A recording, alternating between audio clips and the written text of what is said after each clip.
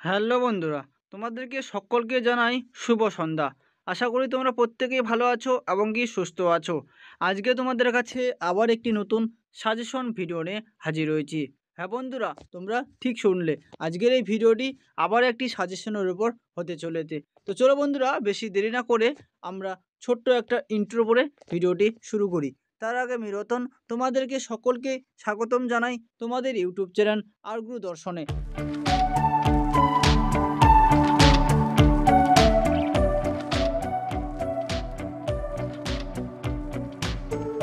তো বন্ধুরা, এখন আমরা মূল ভিডিওতে পৌঁছে গেছি।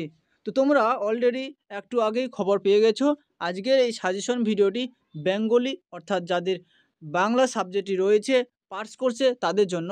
তো আজকের এই বাংলা সাবজেক্টটি যাদের পাস কোর্সে রয়েছে সিক্স সেমিস্টারে 2024 সেশনে, তাহলে কিন্তু তোমরা পুরো ভিডিওটি দেখতে থাকো। আজকের এই বেঙ্গলি সাবজেক্টটি যে পেপার কোড থাকবে সেটা হচ্ছে ডিএসসি 2A। হ্যাঁ বন্ধুরা, ডিএসসি 2A। তো এই ডিএসসি 2 এর যে পেপার নেম রয়েছে সেটা হচ্ছে 19 ও 20 শতকের কবিতা। 19 ও 20 শতকের কবিতা থেকে যে প্রশ্নগুলো তোমাদের সামনে আজকে তুলে ধরবো, সেই প্রশ্নগুলো কিন্তু 100% আসার সম্ভাবনা রয়েছে। হ্যাঁ বন্ধুরা, 100% আসার সম্ভাবনা রয়েছে। তো চলো বন্ধুরা, আমরা বেশি দেরি না করে তো এখন আমরা সরাসরি চলে যাব সেই প্রশ্নগুলোর দিকে। তো বন্ধুরা, প্রশ্নগুলোর দিকে যাওয়ার আগে তোমাদের একটা জিনিস মাথায় রাখতে হবে, তোমাদের যে বাংলা যে সাবজেক্ট তোমাদের রয়েছে পাস কোর্সে ডিএসসি 2A পেপার কোড, সেটার যে তোমাদের যে পরীক্ষার যে প্যাটার্ন বা ধরন যে রয়েছে সেটা হচ্ছে দুটি বিভাগে রয়েছে। প্রথম বিভাগে তোমাদের 4টি প্রশ্ন থাকবে অথবা দিয়ে, সেখানে কিন্তু তোমাদেরকে দুটি প্রশ্ন লিখতে হবে। এবং তাছাড়া বিভাগ ক্ষয়ের মধ্যেও তোমাদের কিন্তু 4টি প্রশ্ন থাকবে অথবা সহকারে, তোমাদের সেখানেও কিন্তু দুটি প্রশ্ন লিখতে হবে। তো বন্ধুরা, প্রথম আমরা দেখে নেব বিভাগ ক্ষয়ের মধ্যে যে প্রশ্নগুলো তোমাদের থাকার সম্ভাবনা রয়েছে 100%, সেই প্রশ্নগুলো পরে দেখে নেব আমরা। বিভাগ ক্ষয়ের মধ্যে যে প্রশ্নগুলো রয়েছে সেই প্রশ্নগুলো, বিভাগ কয়ের মধ্যে যে প্রথম প্রশ্নটি তোমাদের জন্য রয়েছে সেটা হচ্ছে মাইকেল মধুসূদন দত্তের কাশিরাম দাস সনেট নিয়ে আলোচনা করো।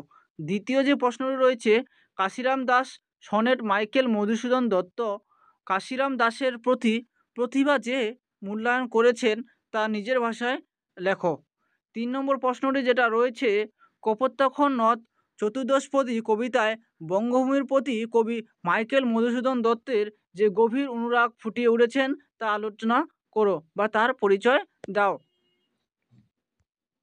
4 নম্বর যে প্রশ্নটি রয়েছে সেটা হচ্ছে কপোতাক্ষ নদী চতুর্দশপদী কবিতায় কবি মাইকেল মধুসূদন দত্তের স্বদেশ প্রীতির পরিচয় দাও।